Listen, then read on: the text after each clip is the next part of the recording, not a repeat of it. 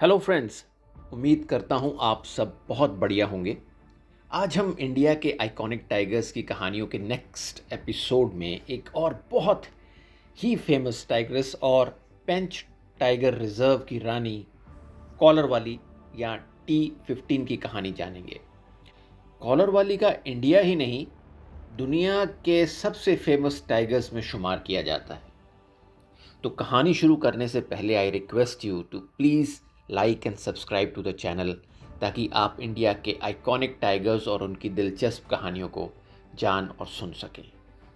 पेंच national park के हरे भरे जंगलों में एक शानदार टाइगरेस रहती थी, कॉलर वाली, जिसने अपनी ग्रेस, शक्ति और अद्भुत मदरहुड के साथ वाइल्ड लाइफ लवर्स और कंजर्वेशनिस्ट के दिलों में गहरी छाप छोड़ी।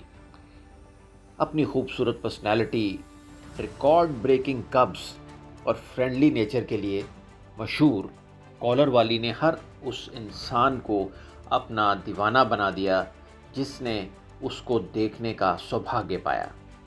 BBC wild life documentary spy in the jungle ने उसकी कहानी को दुनिया के सामने लाकर उसे एक ग्लोबल आइकन बना दिया और साथ ही पेंच टाइगर रिजर्व की किस्मत भी बदल दी। चलिए पहले कॉलर वाली की फैमिली के बारे में बात करते हैं। कॉलर वाली का जन्म 2005 में मध्य प्रदेश के पेंच नेशनल पार्क में हुआ था।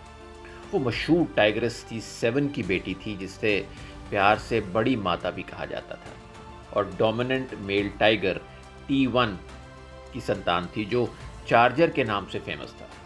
कॉलर वाली बड़ी माता के चारों कब्स में से पहली थी जिसने अपने दम पर निकलकर अपनी टेरिटरी एस्टेब्लिश की, और वो भी अपनी माँ के प्राइम रेंज के बीच सबसे बेहतरीन एरिया में।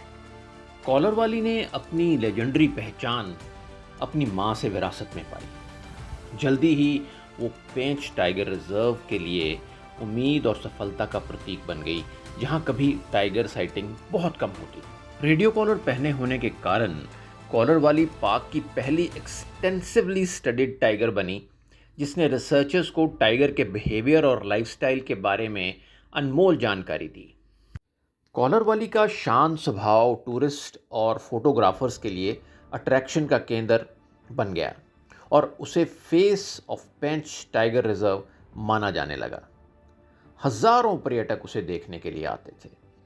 वो बिना डरे टूरिस्ट व्हीकल्स के पास आ जाती थी, जो उसकी यूनिक फ्रेंडलीनेस, बोल्डनेस और कॉन्फिडेंस को दिखाता है। अपने विशाल शारीरिक आकार के कारण कॉलर वाली को अक्सर लोग मेल टाइगर समझ लिया करते थे। उसकी ज़बरदस्त और पावरफुल प्रेजेंस ने उसे पेंच के जंगलों की सबसे डोमिनेंट टाइग्रेस बना दिया था। अपनी ज़िंदगी के आखिरी दिनों तक, जब वो बुढ़ापे की ओर बढ़ रही थी, तब भी कॉलर वाली ने पेंच फॉरेस्ट में अपना दबदबा बरकरार रखा। उसकी सबसे बड़ी उपलब्धि थी उसका एक्स्ट्राऑर्डिनरी मदरहुड।